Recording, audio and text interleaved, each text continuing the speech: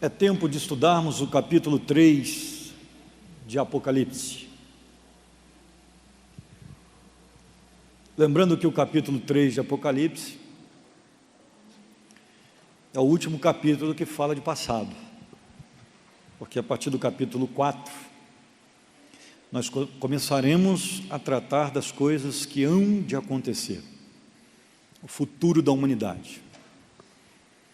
Então, nós vamos perceber aí claramente uma referência ainda a 3 igrejas daquela época: Sardes, Filadélfia e também Laodiceia. São as 3 últimas igrejas, com as suas 3 últimas cartas, que precisamos estudar. E eu preciso que alguém leia o primeiro versículo para a gente.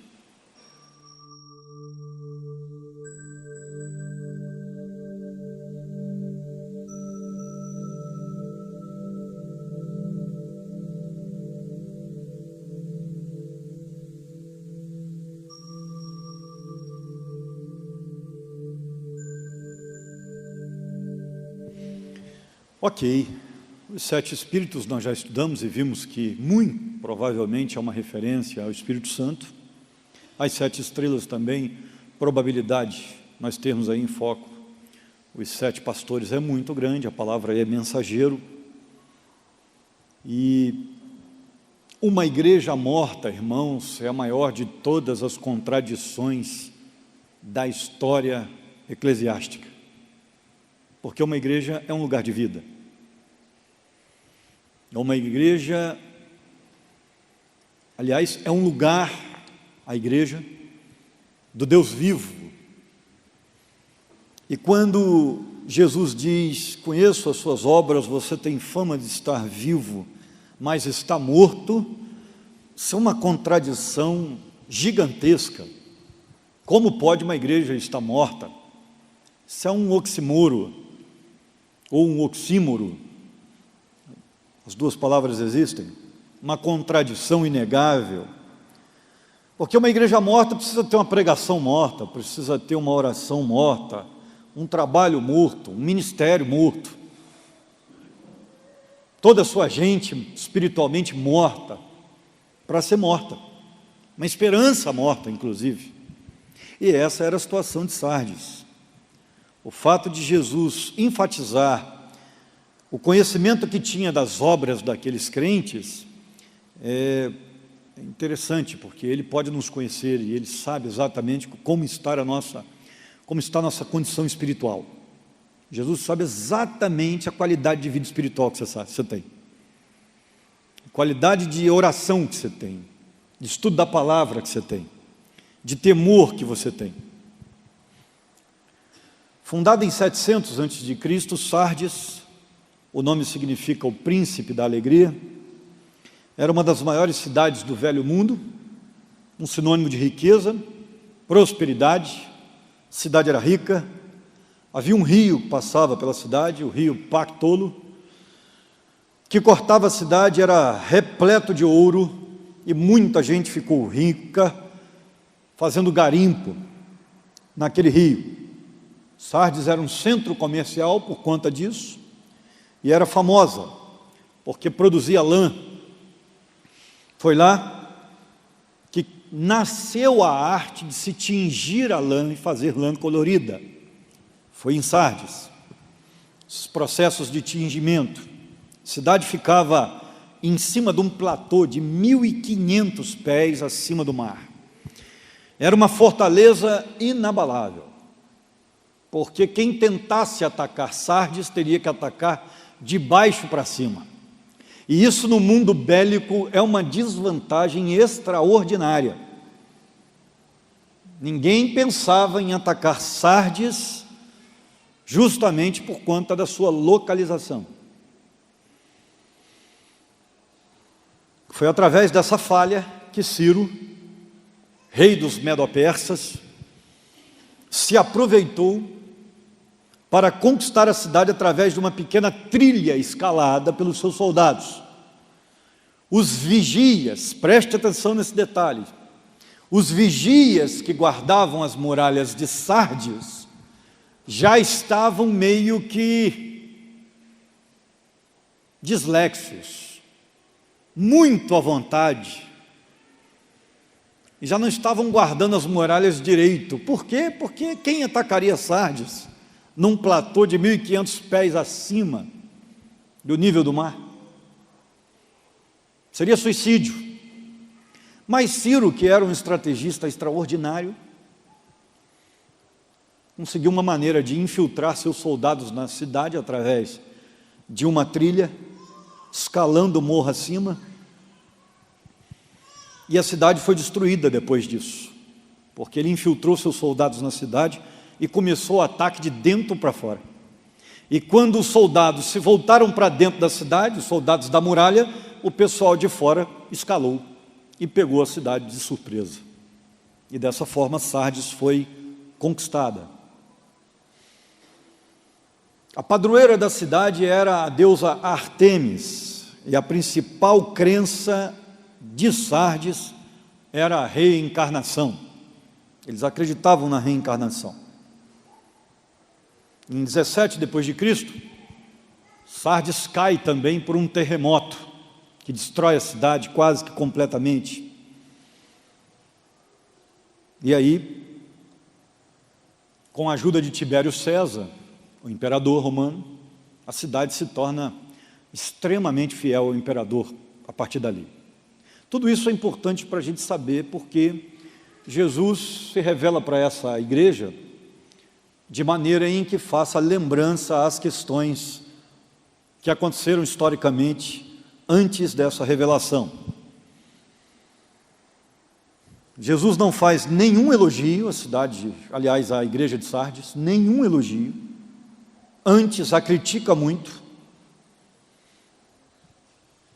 Ele vai direto ao assunto, sem rodeios. A igreja estava morta. A igreja não estava fazendo o seu trabalho ali. A situação da igreja espiritualmente era crítica. Ela vivia de uma representação religiosa, mas ela não tinha vida. Ela tinha nome de igreja, mas não estava vivendo mais como igreja. A igreja já tinha morrido. Era uma igreja sem Deus, sem espiritualidade, sem fervor. Estava vivendo um deserto espiritual. Já não ganhava mais ninguém para Cristo. Ou seja, a igreja só tinha nome. Versículo de número 2.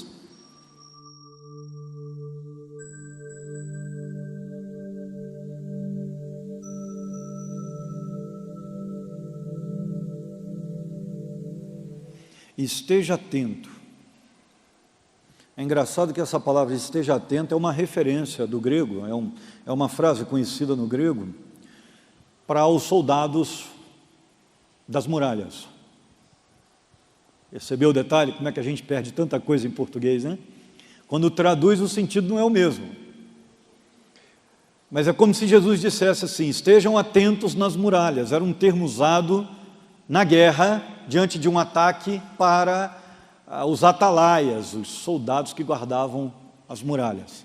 Jesus está fazendo uma referência clara. Da mesma forma que vocês da cidade foram atacados por não estarem atentos, no mundo espiritual não é diferente. Vocês serão atacados. Eu vou planejar um ataque para pegar vocês de surpresa se vocês continuarem assim. Olha isso. Sua vida espiritual não pode sofrer mornidão, não pode morrer. Porque como é que você vai vigiar? O crente depende o tempo inteiro da vigilância. O tempo todo. Você tem que vigiar. É gente que tenta te influenciar para a maldade. É gente que tenta você para você pecar, para você entrar na onda do mundo. É gente que tenta você no que diz respeito ao que você deve olhar, ao que você deve comer, ao que você deve falar. A vida é repleta de tentações. É até o que você vê na TV, você escuta numa música. Se você não vigiar, de repente você está com princípios sendo alterados, princípios cristãos sendo naufragados. Nós precisamos ser vigilantes. E Paulo fala dessa vigilância nas suas cartas. E João fala disso, Jesus citou isso para que ele pudesse escrever. Sejam vigilantes nas muralhas da espiritualidade de vocês, para que o diabo não tenha lugar no seu interior. Amém, meu irmão? Cuidado com seus sentimentos, com aquilo que ninguém vê, mas que você sente. Muito cuidado. E aí vem Jesus e diz: preserve o que você ainda tem, não deixe morrer o restinho. E se morrer o restinho, aí como é que vai ser? Então, se você tem passado por frieza, se apegue àquilo que você ainda tem para se reerguer. Não deixe acabar o restinho, não. O que é que você ainda tem? Ah, pastor, eu amo o culto, então não falte. Ah, pastor, eu ainda tenho vindo aqui a quarta-feira, então continue. Não perca o pouquinho que você ainda tem, para que você dessa forma consiga começar a se reerguer na força do Senhor. Porque se perdeu um pouquinho que ainda tem, um pouquinho de temor que ainda tem, um pouquinho de presença na igreja que ainda tem, aí vai ficar muito difícil. Aí vai esfriando, esfriando, esfriando, até morrer. Eu gosto muito daquela história do irmão que estava afastado da igreja, e a esposa, preocupada com ele, pediu ao pastor para fazer uma visita. Pastor, o senhor pode fazer uma visita ao meu marido? Ele não está mais querendo vir à igreja, está tão estranho. Aconteceram algumas coisas lá na família, algumas chateações na igreja, ele está muito desanimado da fé, só não pode fazer uma visita para ele.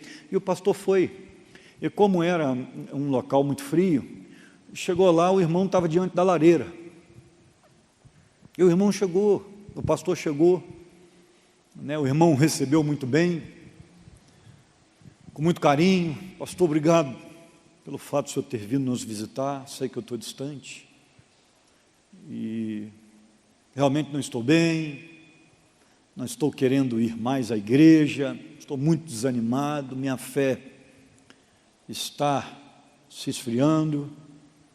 E o pastor, ouvindo aquilo, não falava nada, só que ele percebeu que tinha uma tenaz pertinho ali daquele piso da lareira. Tenaz é aquela tesoura com as pontas redondas para você pegar a brasa. E o pastor, então, que já tinha até sentado, se levantou, foi lá. E ele falando, e o pastor não falava nada, não falava nada. O pastor foi lá, pegou aquela tenaz, foi até a lareira, pegou uma brasa, tirou do fogo e colocou na pedra fria de granito que estava fazendo o acabamento da lareira. Voltou e se sentou. O irmão olhou naquilo, estava falando, ainda olhando aquilo, ele parou de falar. Olhou, ficou olhando aquela brasa alguns segundos, olhou para o pastor e falou: pastor, já entendi. Domingo eu estarei na igreja. Uma brasa fora do fogo vai morrer. Então você ainda tem aí uma fumacinha saindo, só para esse negócio. Não deixa morrer o restinho que tem, para que você consiga reconstruir. É isso que Jesus está dizendo para a igreja de Sardes. Versículo 3.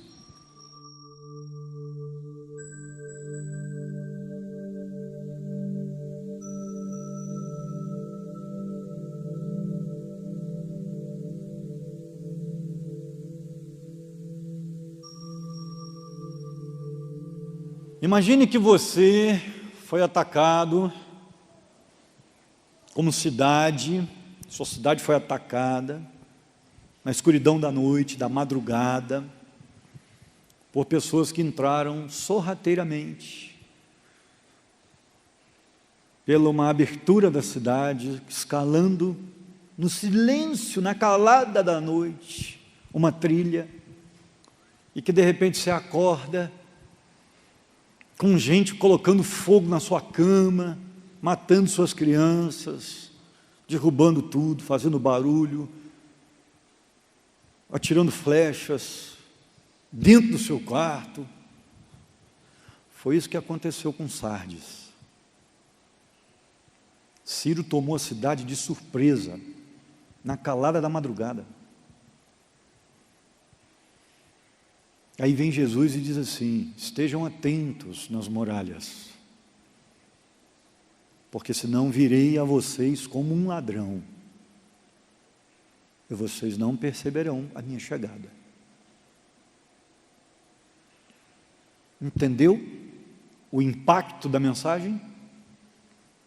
Foi exatamente isso que Jesus disse para aquela igreja: vocês vão ser atacados de novo, se vocês não acordarem a tempo, se vocês não vigiarem. Virei como um ladrão, e você não saberá a hora que isso vai acontecer, porque Ciro também não avisou. Isso é uma referência à situação histórica da cidade. Foi a pior tragédia que aconteceu na história de Sardes, foi aquele ataque. Milhares de pessoas morreram, foram escravizadas, famílias inteiras foram mortas, queimadas vivas. E aí vem Jesus e diz: vocês estão achando que vida espiritual é diferente? Vocês vão sofrer do mesmo jeito, porque Ele está fazendo uma referência à sua volta. Ou seja, alguns de vocês vão morrer nessa situação, Ele está dizendo. Eu virei, vocês não verão, e vão sofrer de novo as penalidades de não terem uma vida sendo vigiada. É isso que Ele está dizendo aí. Aí Ele diz: voltem lá naquilo que vocês aprenderam, obedeçam e arrependam, obedeçam aquilo que vocês receberam e se arrependam. É isso que Ele diz. Isso é sempre a mola mestra do crescimento espiritual, né? Sempre a mola mestra. Arrependimento e obediência. Eu paro de fazer, porque arrependimento na Bíblia não é só remorso, é atividade, é ir em outra direção, é mudar a conduta, é mudar o jeito de ser.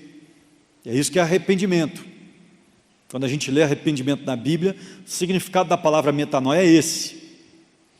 Então, mude a maneira de ser, é isso que Jesus está dizendo, e volte a obedecer o que vocês aprenderam. O que era esse negócio aí que eles aprenderam?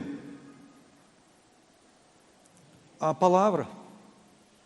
Eles aprenderam de grandes oradores, de grandes professores, a palavra de Deus, e deveriam voltar àqueles ensinamentos. Se você está passando um momento de frieza espiritual, o segredo para vencer isso é voltar a obedecer à Bíblia. Não tem projeto novo no Evangelho, não tem plano B no Evangelho, não tem segundo estágio no Evangelho. O estágio é o mesmo e primeiro: obediência à palavra. Esse é o único estágio que tem.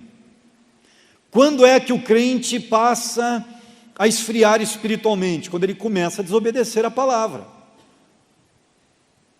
Ah, pastor, mas ele só deixar de orar. Ele já está desobedecendo a palavra, que a Bíblia diz para ele orar sem cessar. Então, basicamente, tudo começa com aquilo que você aprendeu e que você precisa permanecer obedecendo. Basicamente é isso. E é justamente esse o ponto. O fato de não se estudar a palavra de Deus nos deixa vulneráveis aos ataques de Satanás, às influências do diabo. Aí eu pergunto para você: quanto tempo você tem dedicado ao estudo da palavra? Quantos livros você tem comprado para compreender a Escritura, ou quanto você tem pesquisado para compreender a Escritura na internet? Quanto tempo você dedica da sua vida para compreender a palavra? Eu estou muito feliz com o Instituto da Igreja, o Instituto Bíblico. Foi um projeto que eu trouxe comigo, deu super certo aqui. O povo ama a palavra. Estou muito feliz, nós temos quase 40 alunos nessa área no seminário. É? Hã? 57, eu estou contando 40, nós já temos 57 alunos no seminário. Estou aqui surpreso. Então, o povo gosta do conhecimento. Agora, se nós juntarmos todas as turmas formadas do Instituto, de 3 anos, e mais os alunos que temos esse ano, quantos são para uma igreja desse tamanho? Um instituto bíblico, que tem por princípio ensinar a Bíblia, quase que gratuito, porque R$20 por mês você faz o que com R$20 por mês? Para a gente conseguir fazer uma formatura, um negocinho legal. E mesmo assim, tem gente que não se interessa. Um estudo bíblico do Apocalipse, versículo por versículo. Nós não temos a metade da igreja na quarta-feira. Então começa a perceber isso. O povo não investe na palavra, não investe no conhecimento da palavra, no estudo da palavra. E aí realmente começa a ter dificuldade, que é a palavra que nos cerca, é ela que nos protege, é ela que molda a nossa mente, é ela, é a palavra de Deus. Versículo de número 4.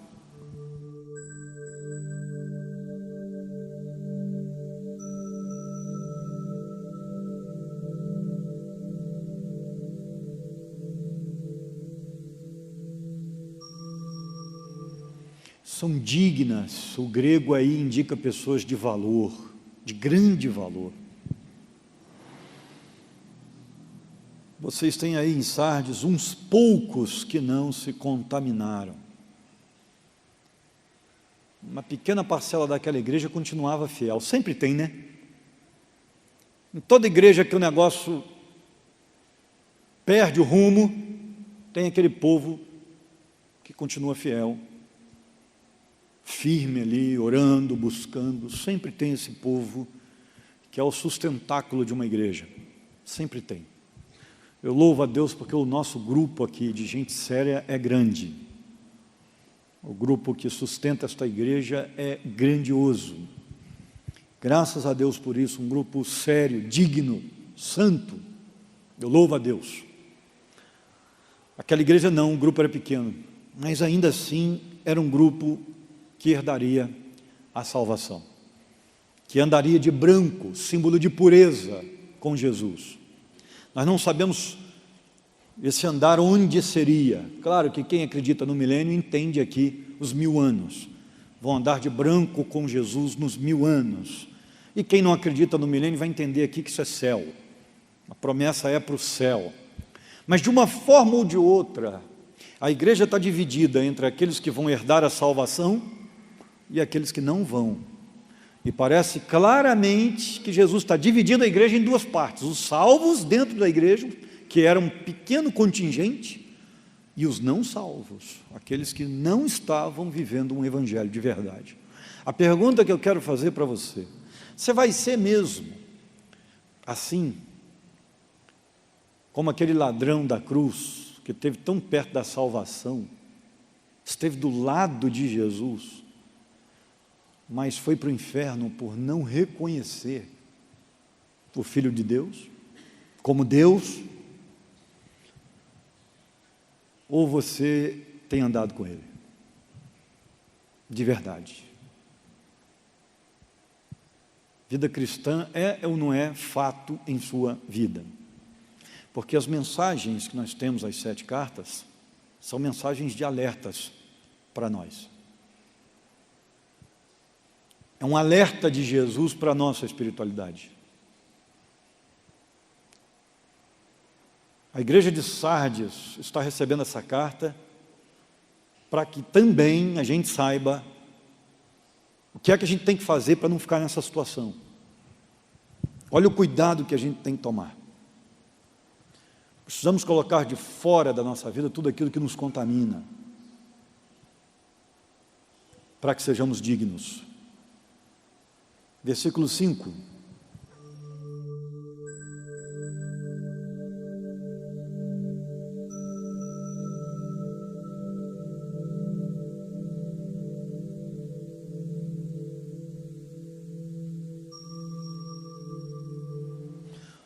Ok, naquela época era muito comum se apagar documentos. Isso aqui é apenas uma expressão simbólica. Deus literalmente não apaga nome de ninguém do livro da vida. Literalmente não, isso é uma expressão simbólica. Para Deus apagar literalmente o nome de alguém do livro da vida, Ele tem que não conhecer o futuro. Porque se eu sei que o camarada não é salvo, por que eu vou escrever o nome dele? Para quê? Só para dar trabalho e depois apagar? Se você não é meu, eu já não escrevo. Mas é uma expressão simbólica, porque isso era muito comum com documentos daquela época. Eles usavam os documentos, um documento só, para a posse de terras, por exemplo. E o nome da pessoa, escrito no final do documento, muitas vezes não era com tinta permanente. Era com uma espécie de carvão que poderia ser apagado, para que o papel naquela época era um negócio muito preservado, porque não era fácil ter papel o tempo todo. Então as escrituras de residências, de coisas desse sentido, muitas vezes eram reutilizadas. Então se apagava aquilo e colocava o nome do novo proprietário. Então é essa a expressão simbólica que está em foco. Apagaria o seu nome, você não vai ter mais direito ao seu pedaço, que você teria se fosse no céu. Não tem direito. Você não é daqui. Você não é dos nossos. Essa é a ideia que está no texto aí. Mas, em contrapartida, o crente não teria essa situação. Não teria o seu nome apagado. Muito pelo contrário, o servo de Deus fiel seria reconhecido diante do Pai. É uma expressão conjugal. Porque nós somos noiva de Cristo. E era muito comum, né, a noiva ser apresentada novamente ao pai, agora como esposa. Porque era o pai que ia fazer o casamento. Ele ia acertar o casamento com outro pai, o pai da moça. Só que o pai, em muitos casos, não via o rosto da moça, que era tampado por um véu. Certo? Acertava o casamento com a filha e ia embora. A filha do outro com o filho dele ia embora. A ideia aí é uma ideia de representação. Agora Jesus está voltando com a sua noiva e vai apresentar a sua noiva ao seu pai. Que é aquela ideia, eu vou preparar lugar. É a ideia também conjugal. Estamos noivos, você é minha noiva, eu vou para a casa do meu pai preparar lugar, porque voltarei para buscar você para o casamento na casa do meu pai. Então, essa ideia de voltar com a noiva para o céu é voltar com a noiva para a casa do pai. Então também é conjugal. E para quem crê no milênio, o milênio seria a festa de casamento, a festa antes do momento final, o ato íntimo, de fato morar para sempre junto. Então milênios, 1000 anos, seriam 1000 anos de festa entre a noiva e o noivo. É bem interessante. Mateus 10, 32 a 33, o texto diz: quem, pois, me confessar diante dos homens, eu também o confessarei diante do meu Pai que está nos céus. Mas aquele que me negar diante dos homens, eu também o negarei diante do meu Pai que está nos céus. E esse era o problema de Sardes. A igreja negava Jesus quando não a proclamava, não falava dele. Ela estava morta ali, ela não pregava o evangelho para os perdidos da cidade. Então, com essa atitude, ela negava o nome de Jesus. Ela não lutava, ela não enfrentava a oposição, a perseguição por causa de Jesus. Esse era o problema. Está vendo o que acontece com você quando você não prega, você não fala de Jesus? Você morre. Porque você não dá testemunho do nome de Cristo. Vida espiritual entra em colapso. Aquele que tem ouvidos, ouça, diz o versículo 6, o que o Espírito diz às igrejas. Ou seja, é o Espírito Santo falando à nossa igreja, irmãos.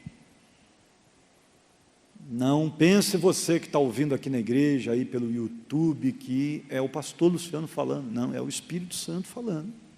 Sempre será aquilo que nós necessitamos. Segunda carta deste capítulo é a carta de Filadélfia. Uma igreja bem interessante de se estudar. Versículo 7.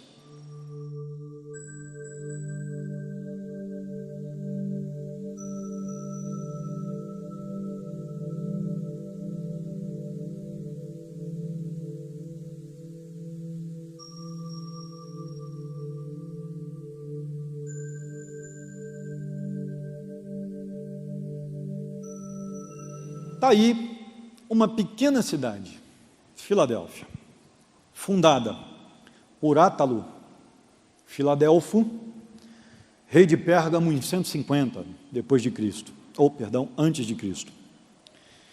Bem pequena, perto de Éfeso, Esmirna, era uma pulga, sem muita indústria, sem prosperidade, não era uma cidade rica, não tinha prestígio. O que Filadélfia tinha? Localização. Era uma cidade que ficava, como outras aqui, num dos eixos principais de ligação entre uma cidade grande e outra. Entre cidades grandes, no meio ficava Filadélfia. Com todo respeito, irmãos, com todo respeito, Queluz, eu só quero dar um exemplo.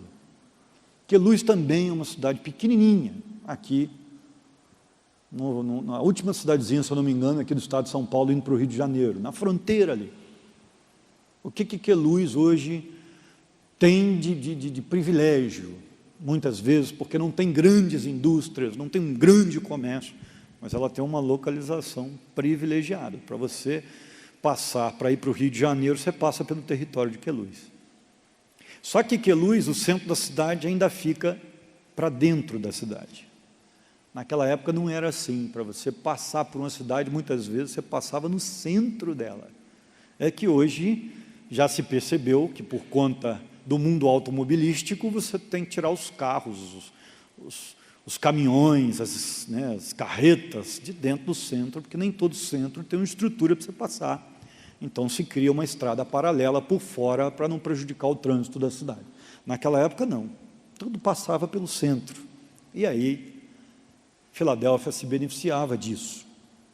Todos os soldados romanos, quando voltavam para a guerra, e que iam para a guerra por perto da Ásia Menor e adjacências, precisavam passar por Filadélfia. Não tinha jeito, era o único caminho. Pelo menos era bem mais próximo. Então, eles passavam por ali. Outra coisa que chama a atenção é que Filadélfia era uma cidade cheia de templos religiosos. Ali, a idolatria era muito forte. A cidade tinha um problema, ela era vulnerável a vulcões, terremotos. E o mesmo terremoto que atingiu Sardes também a atingiu. Então, eles buscavam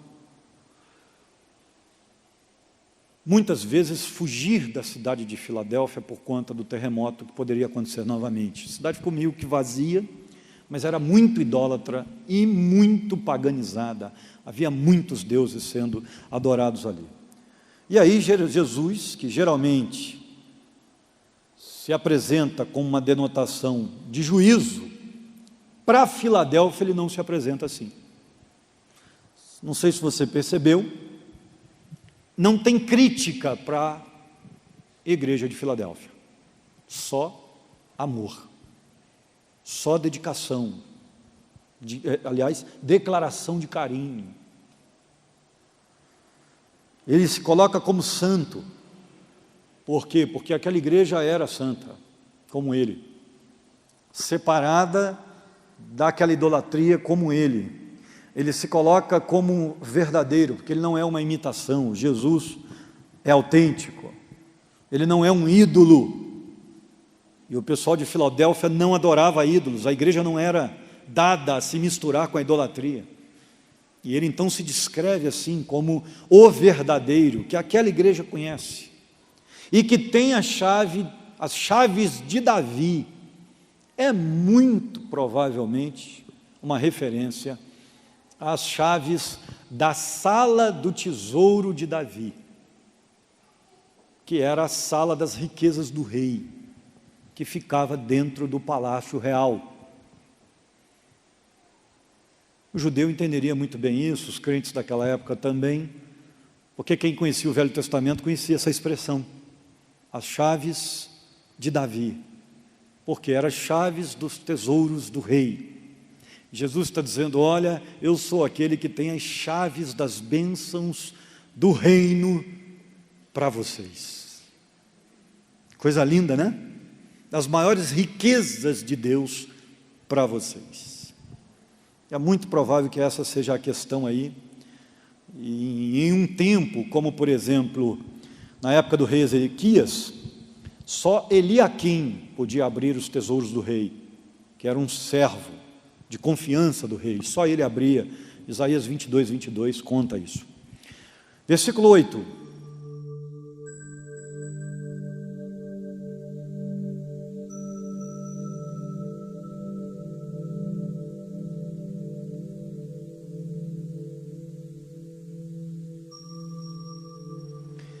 Não tinham dinheiro, não tinham riqueza, não tinham bens, eram pobres, a igreja não era grande, era pequena, mas é interessante. Conheço as suas obras. Você tem pouca força, mas guardou a minha palavra e não negou o meu nome.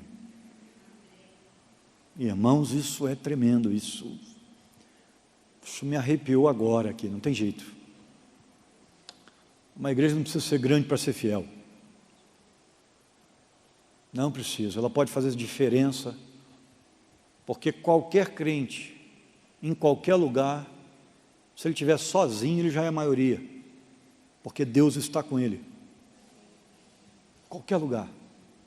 E aquele pequeno rebanho era fiel à pregação da palavra, não fechava a sua boca, proclamava um Deus verdadeiro, no meio de uma cidade morta, ao contrário de Sardes, e tinha uma cidade gigante e uma igreja morta.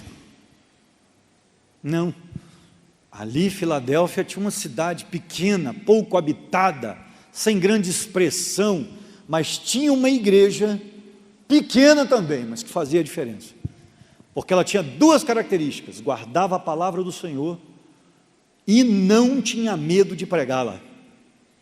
Que coisa extraordinária. Essa era a característica dos crentes filadelfos. Olha que coisa fantástica. Não negou o meu nome. Filadélfia aprendeu a pregar o Evangelho. Que nós aprendamos, irmãos, e continuemos pregando o Evangelho. Mas não podemos falar da salvação que temos para as pessoas que ainda não têm. Não podemos. Ao sair dessa porta, entenda que você está saindo para um campo missionário. Não se esqueça disso. Versículo de número 9.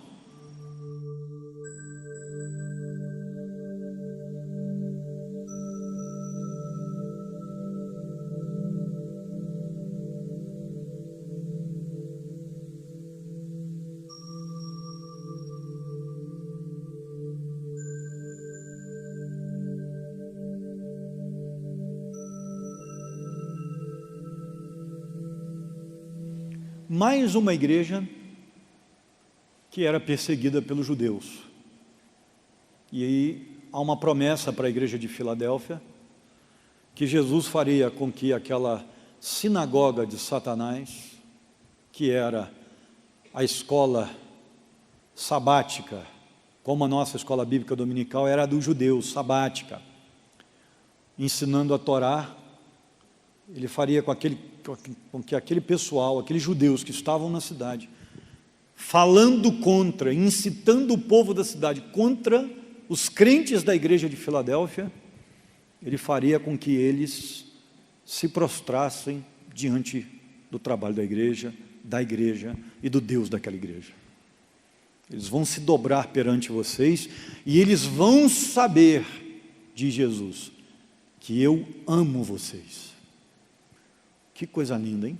Porque o nome da igreja tem significado, é amor fraternal, Filadélfia.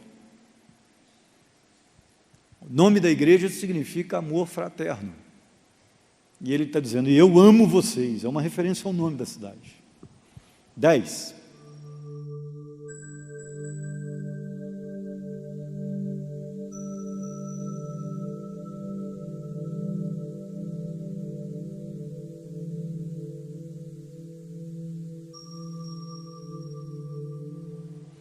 Todo mundo aí, gente, é uma expressão idiomática que indica todo mundo próximo, todo mundo conhecido.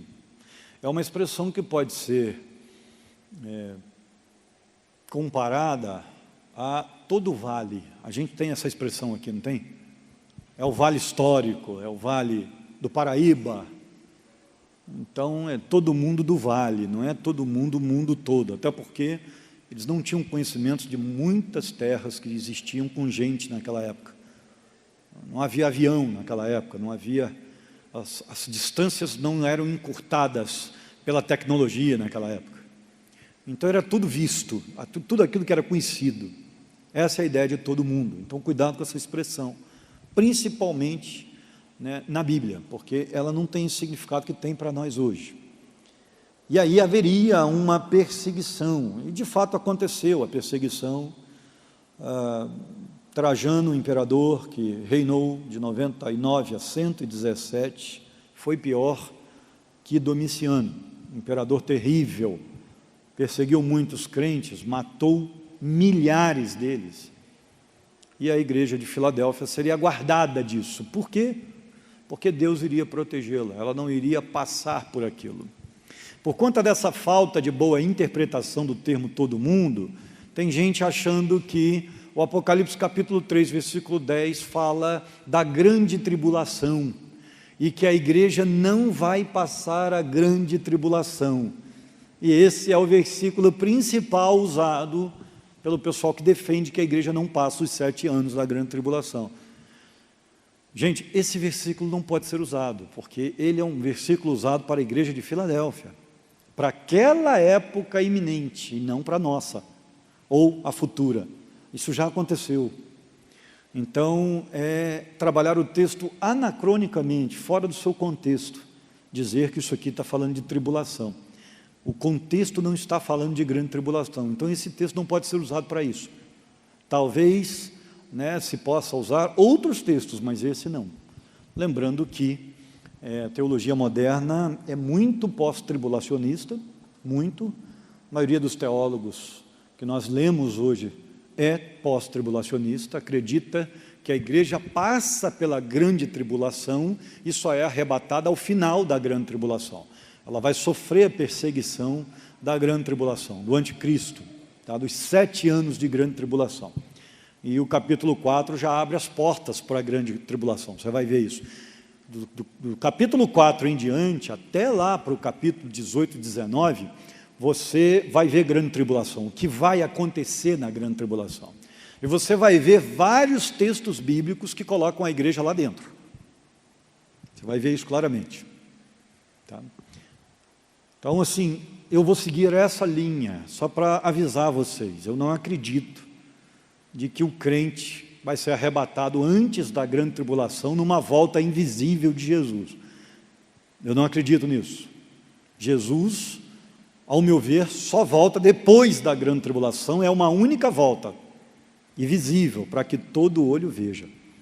Tá? Então, é só para você entender, porque muita gente aí que veio de outras igrejas, de repente, aprendeu essa doutrina que era tradicional no século passado, tradicional, quase todo mundo ensinava assim, né? Mas hoje em dia, eu como professor de teologia sistemática, tenho visto isso claramente, os teólogos, a maioria já não pensa assim mais.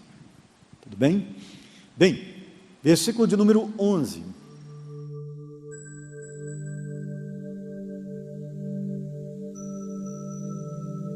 A morte estava próxima da igreja de Filadélfia.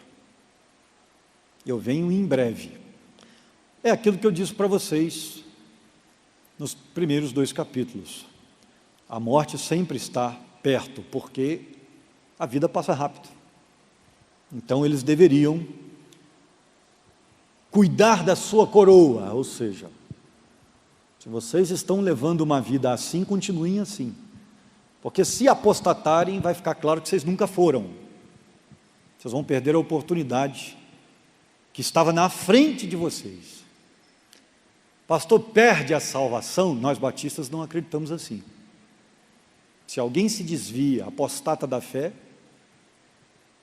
1 João capítulo 2, versículo 19, se a cabeça ainda está boa, vai dizer: saíram do meio dos nossos, porque não eram dos nossos, porque se fossem dos nossos, estariam em nosso meio. Nós entendemos que o apóstata, na verdade, nunca foi. E por não aguentar a pressão de uma vida cristã, ele se desvia, porque ele nunca foi. E de fato, ninguém consegue aguentar a pressão de uma vida cristã sem o Espírito Santo. Como é que o camarada consegue fazer o que Deus quer que ele faça sem a ajuda do Espírito? É impossível. Não conseguia, sem a conversão, só com a ajuda da igreja também não vai conseguir. Precisa da conversão.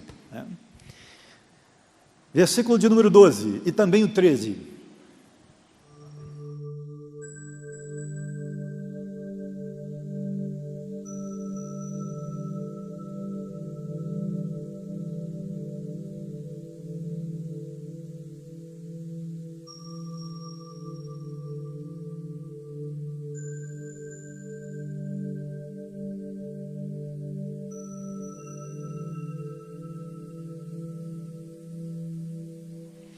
Ok, uma Filadélfia que também tinha passado por um sério problema por conta do terremoto, que aconteceu no ano 17, recebe uma mensagem que diz o seguinte: farei de vocês coluna no santuário de Deus.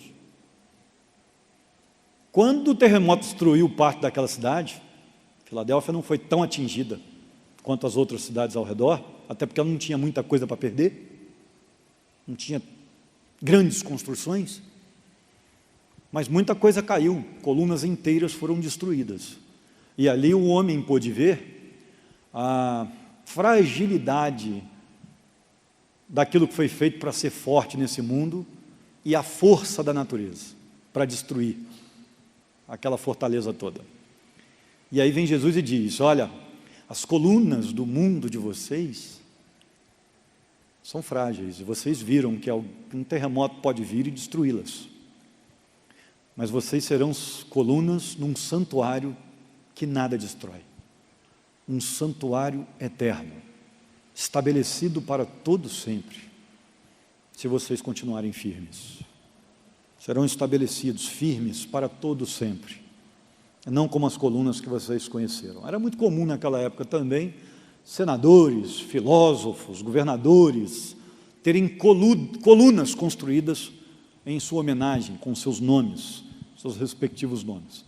Isso também está em foco aí. Seria uma homenagem àquela igreja fiel, muito fiel. E aí, escreverei nele o nome do meu Deus, o nome da cidade do meu Deus, a nova Jerusalém, que desce dos céus da parte de Deus. E também escreverei nele o meu novo nome. 3 nomes diferentes para os crentes de Filadélfia. Por quê? Porque você conhece bem essa situação. Quando você escreve um nome num animal, quando você pega lá um boi e queima, o boizinho lá com aquele ferro em brasa, é geralmente para diferenciar que aquele boi é seu, principalmente em situações em que bois pastam juntos. Alguém tem que demarcar o animal para saber qual animal é de quem. Então a ideia aí é a mesma. Naquela época isso acontecia, se marcava com o nome a propriedade que era daquela pessoa. E aí o que Jesus está dizendo? Vocês serão minha propriedade, propriedade do Deus vivo. A gente só não sabe se essa promessa também vale para a gente. Eu creio que sim, mas não posso afirmar. porque a carta é escrita para Filadélfia. Ok? E vamos para a última carta, versículo de número 14.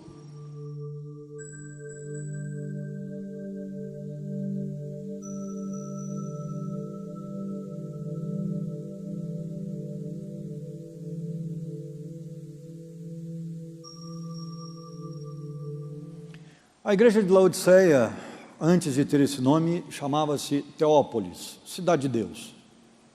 É o que significa Teópolis, uma referência clara, uma dedicação clara da cidade a Zeus, o Deus dos gregos. Mas, quando ela foi ampliada, melhorada, reformada por Seleucida Antíoco, esse camarada, o Seleucida Antíoco II, colocou o nome da sua esposa, fez uma homenagem à sua esposa, Laodice, colocando o nome da cidade, de Laodiceia. A arqueologia encontrou essa cidade já, desenterrou nela uma pista de corrida, 3 teatros, sendo um deles um teatro colossal, e Laodiceia significa o direito do povo, ou governada pelo povo. Mas 5 cidades tinham esse nome. Interessante, pelo mundo afora daquela época, mais 5 cidades tinham esse nome. Mas na Ásia Menor só ela. E a carta de Laodiceia é a última. Eu fico imaginando a expectativa do pastor da igreja. Já pensou nisso? Mandamos uma carta aqui para PIB de Pinda, 2ª de Moreira, 1ª de Moreira, Ibage, Jardim Satélite, vai lendo todo mundo e a nossa vai ficando por último. Já pensou uma situação dessa? Lendo tudo quanto é carta. Detalhe, a igreja mais rica de todas era a igreja de Laodiceia, onde estava a turma do dinheiro. Eu fiquei imaginando, no dia que eu estudei o livro de Lawson, ele faz essa reflexão. Aquele pessoal na expectativa, né? Somos a igreja mais rica, estamos fazendo muita coisa por essa cidade, investindo no reino, né? Cuidando bem do nosso pastor, estamos fazendo de tudo. Nossa carta vai arrebentar. Olha o tanto de dinheiro que nós não estamos gastando pelo Evangelho. Tomara que chegue nossa carta logo. E aí começa a leitura. Jesus começa dizendo, essas são as palavras do amém, ou seja, aquele que dá a palavra final. A testemunha fiel, ou seja, aquele que vê tudo e não mente, sabe exatamente o que aconteceu. O soberano da criação de Deus, o dono de tudo, é ele que está dizendo. Só para você ter uma ideia do poderio dessa cidade, ela foi destruída em 60 depois de Cristo, por um terremoto também. E o governo romano chegou para ver os estragos da cidade e oferecer ajuda. E aí Laodiceia deu um recado para o Império Romano: não precisa, nós temos dinheiro para reconstruir a cidade e, se acontecer, mais umas 4 vezes. Agradeceu o Império Romano, mas disse que Roma poderia investir o dinheiro em outra coisa, que a própria prefeitura se reergueria como prefeitura e cidade.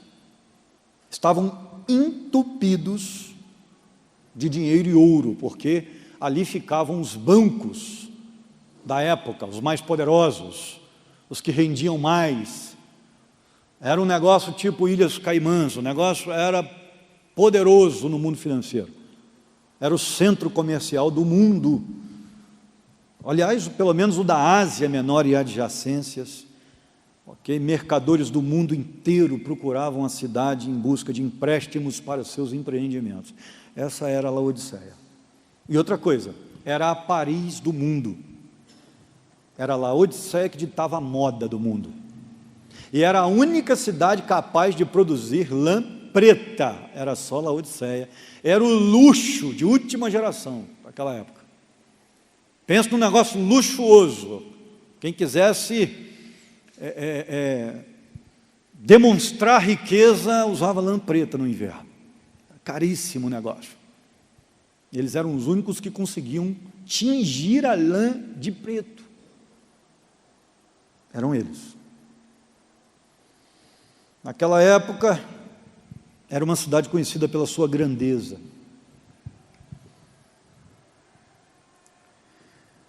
Podemos ver que o que a falta de um pastor faz a uma igreja, né? Como assim, pastor? Há 30 anos antes dessa carta, aliás, do livro de Apocalipse, Paulo escreveu aos Colossenses, que estava do ladinho ali de Laodiceia, as duas igrejas eram próximas, e mandou saudações a um pastor que pastoreava 3 igrejas naquela época. Ele pastoreava Laodiceia, a própria igreja de Colossos e também a igreja de Herápolis. Era um pastor só, chamado Epáfras. E Paulo escreve para ele, mandando um recado: Epáfras, que é um de vocês e servo de Cristo Jesus, envia saudações.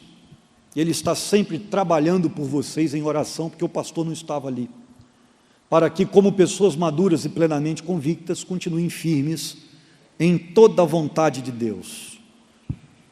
Aí Paulo diz assim: dele dou testemunho de que se esforça muito por vocês e pelos que estão em Laodiceia e Herápolis. Ou seja, o pastor estava em viagem, provavelmente aprendendo alguma coisa com Paulo, ou ensinando alguma coisa, ou trabalhando alguma coisa com Paulo, ajudando Paulo em alguma coisa, e ele manda saudações do pastor para a igreja. Mas a igreja de Laodiceia, que havia esquecido da palavra, porque provavelmente lhe faltou um pastor como Epáfras, no tempo, começou a se desviar e cair na mornidão. Veja o que Jesus diz para ela agora no versículo 15.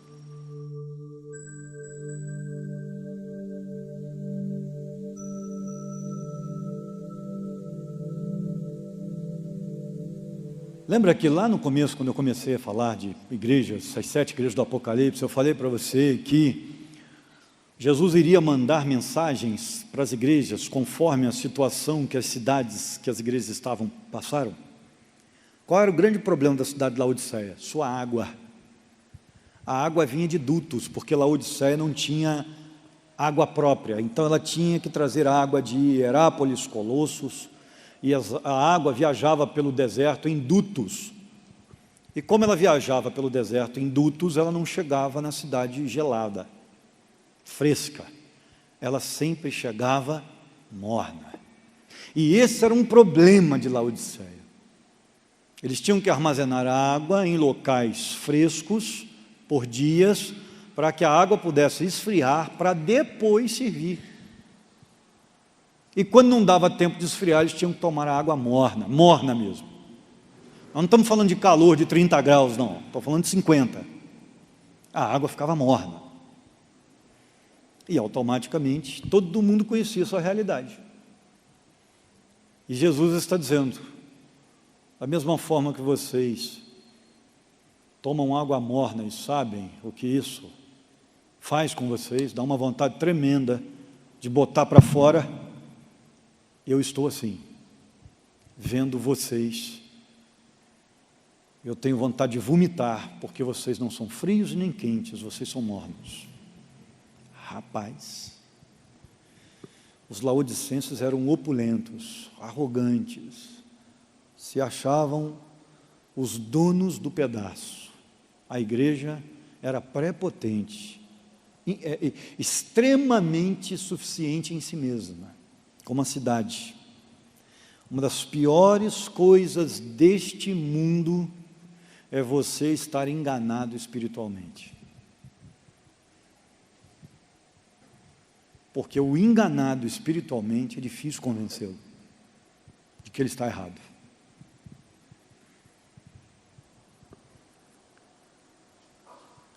Se fosse frio, aquele cidadão da igreja pelo menos saberia que ele estaria perdido. E se fosse crente, ele estaria salvo. Mas o problema do morno é que ele está perdido e acha que está salvo. Esse que é o problema. E por isso que Jesus é tão duro com essa igreja. Olha o que diz aí o versículo 17.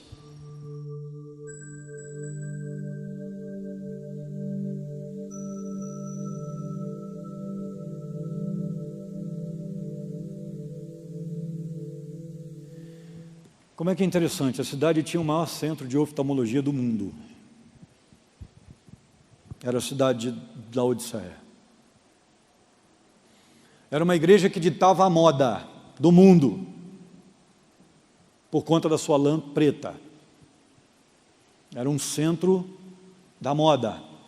Aí vem Jesus e diz assim: estou rico, você diz, estou rico, adquiri riquezas e não preciso de nada. Era a cidade mais rica. Não reconhece, porém, que é miserável, digno de compaixão, pobre. E a palavra aí é paupérrimo mesmo, é pobre da alma, inclusive. Cego. O maior centro de oftalmologia do mundo ficava na cidade. E que estás nu. Uma referência ao inverno que a lã era usada. A lã luxuosa deles. Você está nu, você está pelado. Você não tem valor. Olha isso. Vocês estão dizendo que tem muito, mas espiritualmente vocês não têm nada. Irmão, deixa eu fazer uma pergunta para você. Você não fica com medo quando você lê uns negócios desses, não? Eu falei para você que você não ia dormir. Quando eu comecei a estudar Apocalipse, durante os 6 meses que estudei Apocalipse, eu entrei em crise. Lembra quando eu falo para vocês que eu comecei a colocar em xeque a minha verdadeira espiritualidade? Se eu era um fariseu ou de fato um crente, eu comecei a ficar pensando nisso. O Apocalipse me ajudou a pensar nessa situação. Você pode ser religioso e não ser nada. Você pode ser membro da igreja e não ser membro do céu. Você pode ter muita coisa nesse mundo e espiritualmente ser pobre. E eu comecei a pensar nisso. Meu Deus, como é que está a minha vida? Fala comigo. Isso provocou uma revolução na minha vida espiritual. Coisas pelas quais eu brigava, não brigo mais, porque não tem valor. Não tem valor espiritual nenhum. É só chatice. E hoje eu tenho problemas com vocês, porque eu já venci algumas coisas que são chatices de crente.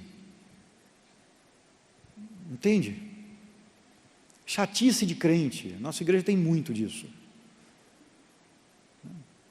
O pastor fala da saia dos irmãos, tem que estar no joelho, mas o homem vem de bermuda, ele não fala nada.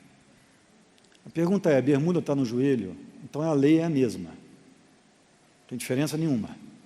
Por que você pode vir no saia do joelho e o irmão não pode vir de bermuda no joelho? A lei é a mesma. Mas cá entre nós, isso não esquenta a minha cabeça, você pode falar à vontade. Isso não me estressa mais não. Isso é chatice de crente velho. Isso é normal. Tá? Eu já acostumei. Da mesma forma que a minha mãe está velha. Mãe, se a senhora está vendo no YouTube aí, é brincadeira aqui com o pessoal. Minha mãe está ficando velha e está chata, está cheia de mania. De velha é assim mesmo, e crente velha é do mesmo jeito. Normal. Tá? Eu já me acostumei com isso. Pastor, está abrindo a igreja para gente que está vindo de fora, agora a gente não sabe mais quem está do nosso lado. A igreja está cheia de estranhos. Olha, quando aqueles 3.000 se converteram em Atos, eu acho que todo mundo não conhecia todo mundo, não. Eu acho. Naquela época nem Facebook tinha, pelo menos você ter um contato. Eu acho que a igreja de Jerusalém, de repente, recebeu um contingente. Devia ter ladrão no meio, recém-convertido, devia ter prostituta no meio que se converteu, devia ter macumbeiro, devia ter de tudo. E de repente se converteu, está lá no meio da igreja, aquela gente esquisita. Pois é, querido. Mas eu já percebi que isso é coisa de crente chato, sabe? E eu decidi que eu não vou ficar chato. Eu não vou seguir essa galera não, eu estou fora desse padrão aí, não mexe comigo. Isso aí, esse negócio aí é meio farisaico, eu não estou afim desse negócio não. Porque o Apocalipse mexe com a gente. O Apocalipse é um livro que diz assim, vamos tratar do que realmente importa. Vamos lá, segura a história aí um pouquinho, tal, porque agora nós vamos tratar na veia o problema. Apocalipse é um livro muito claro, ele não faz rodeio. Então cuidado, viu? Você pode ter nome de quem vive, mas de repente está aí como Sardes. E de repente como nome de espiritual, e ser morno. Cuidado. Não podia perder essa oportunidade de aplicação. Versículo 18 então, quem pode ler para a gente?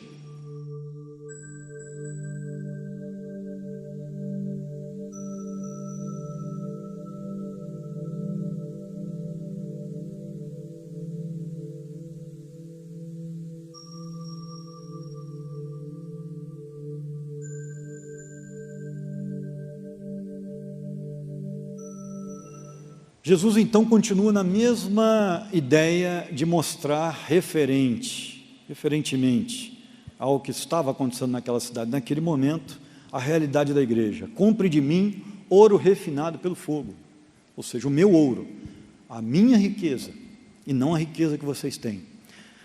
E você se tornará rico, aí sim se tornará rico. Compre de mim roupas brancas, não deem tanto valor a essas roupas passageiras de vocês, mas o caminhar em santidade, é isso que ele quer dizer. E vista-se para cobrir a sua vergonha, sua nudez. E compre colírio, para que você possa enxergar, para ungir os seus olhos. Ou seja, um centro de oftalmologia do mundo ali, eles estavam cegos, espiritualmente falando. Só que aquele centro de oftalmologia não poderia resolver o problema deles, porque o problema era espiritual. Então só Jesus poderia dar vista espiritual a eles, da situação deles, da vergonha deles, da falta espiritual que eles tinham. Vamos lá, versículo 19.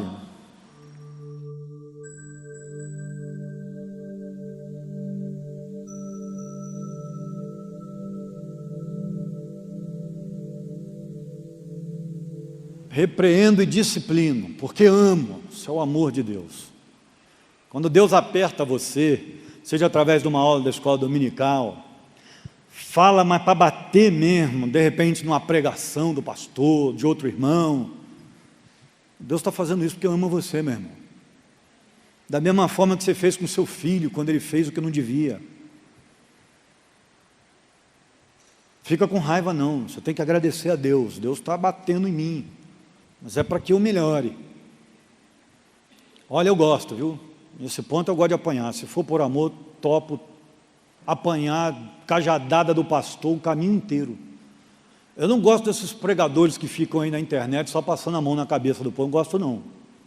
Gosto de cara que fala a verdade, que bate doído, não tem pena. Porque se Deus quiser bater, tem que encontrar um cara que faça o serviço. Então goste, porque Deus faz isso com quem ama.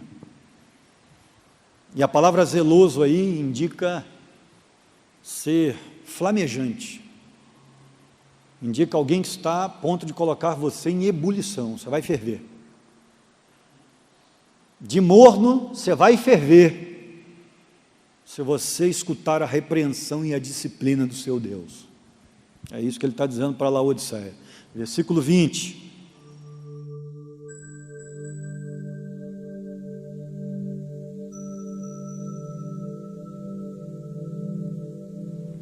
Bem, esse é um dos versículos prediletos da teologia dos batistas.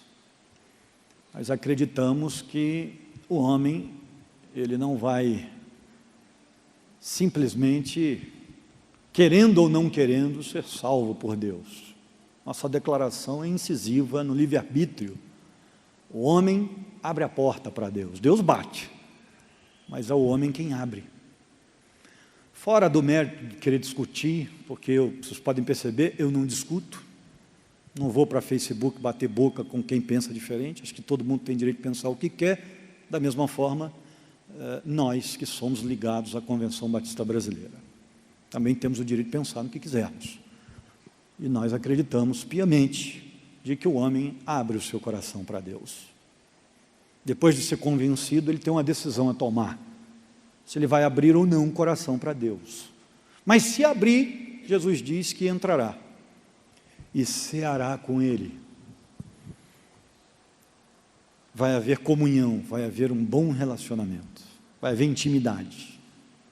Se você quiser abrir o seu coração, Deus vai entrar no seu coração, Cristo vai entrar na sua vida e vai ter intimidade com você. Olha só que coisa interessante, de acordo com essa passagem, Jesus está muito interessado em ter um relacionamento com você, muito interessado. Versículo 21, vamos lá, quem pode ler para a gente? 21 e 22, por favor.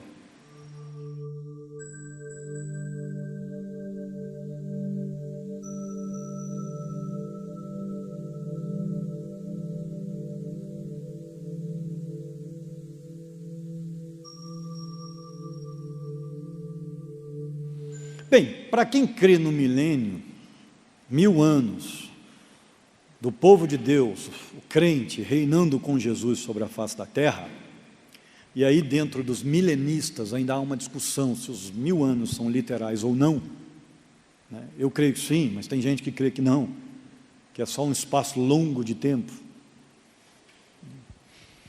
Isso aí é discussão terciária. Mas para quem crê no milênio, ao vencedor darei o direito de sentar-se comigo no meu trono, é uma referência ao trono de Jesus em Jerusalém, como rei do mundo no milênio. Essa seria a promessa. E isso fica mais claro ainda quando Jesus disse, e reinará, assim como eu também venci e sentei-se com meu Pai no trono. Aquele que tem ouvidos ouça o que o Espírito diz às igrejas, né? Mas existem outras expressões que nós vamos ver na Bíblia ainda, reinará comigo sobre as nações. Nós vamos ver isso ainda em outros trechos. Então, aí, uma referência mesmo sobre o milênio. Em Mateus 19, 28, a Bíblia diz, Jesus lhes disse, digo-lhes a verdade, por ocasião da regeneração de todas as coisas, da transformação de todas as coisas, quando o Filho do Homem se assentar em seu trono glorioso, vocês que me seguiram também se assentarão em 12 tronos para julgar as 12 tribos de Israel. Povo de Israel aí, uma referência clara ao julgamento do povo de Israel, os judeus.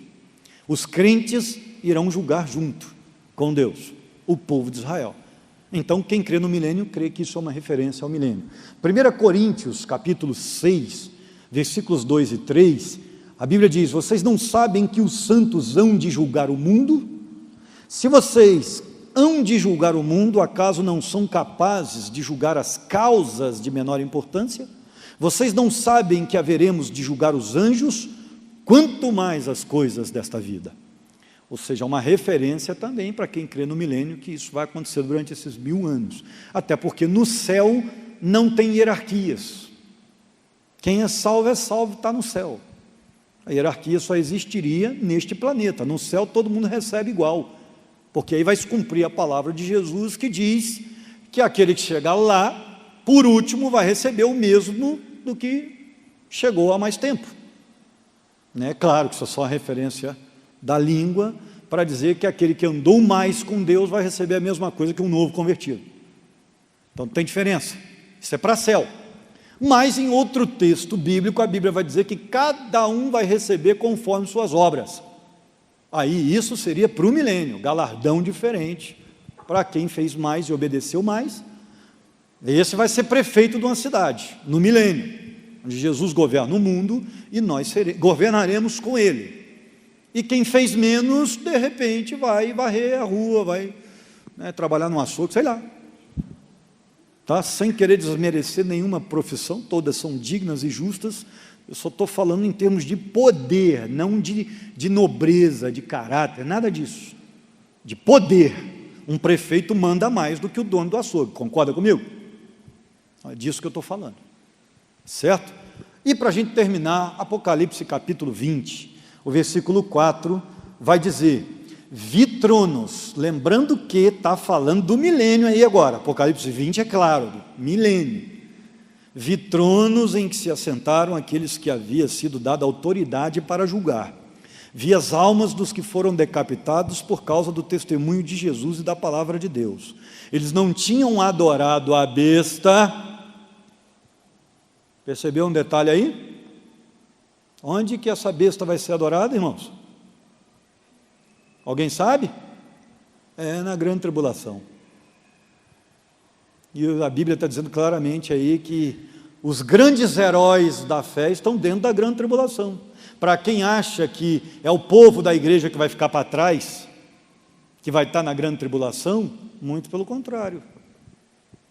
Tem gente santa dentro da grande tribulação aí, que não vai adorar a besta, que não vai se dobrar, que vai ser testemunha fiel, dentro da grande tribulação aí, ó, é o que eu estava falando para vocês.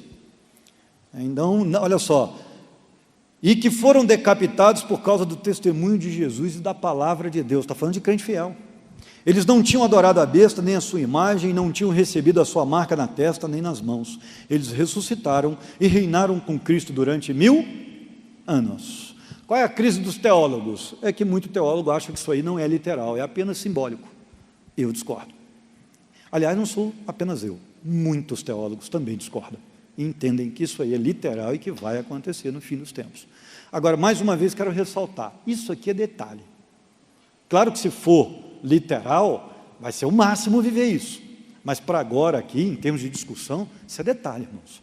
Isso aí, eu quero estar no céu mesmo. Se eu vou passar por 1000 anos antes, ou não, isso aí não me interessa, eu quero estar lá. Eu sou daquele tipo que é o seguinte, eu não quero nem saber se eu vou cantar no coral. Se eu não tiver voz para cantar no coral contigo, eu lavo a roupa. Não tem problema, eu quero estar lá. Eu trabalho lavando sua beca, não tem dificuldade com isso. Eu só quero estar no céu, meu irmão. Agora, se vai ter 1000 anos antes na terra para a gente reinar junto com Cristo ou não, eu não estou importando com isso não, querido. Isso aí para mim é detalhe. Eu quero é ser salvo naquele último dia. Quero ouvir aquela voz, servo bom e fiel, entra na alegria eterna do seu Senhor. Eita, aí sim, hein? Só assim, a única coisinha que eu vou sentir falta é que, se o milênio é literal, Isaías fala dele. E Isaías fala que no milênio vai haver carne gorda na brasa e churrascada no arraial de Deus.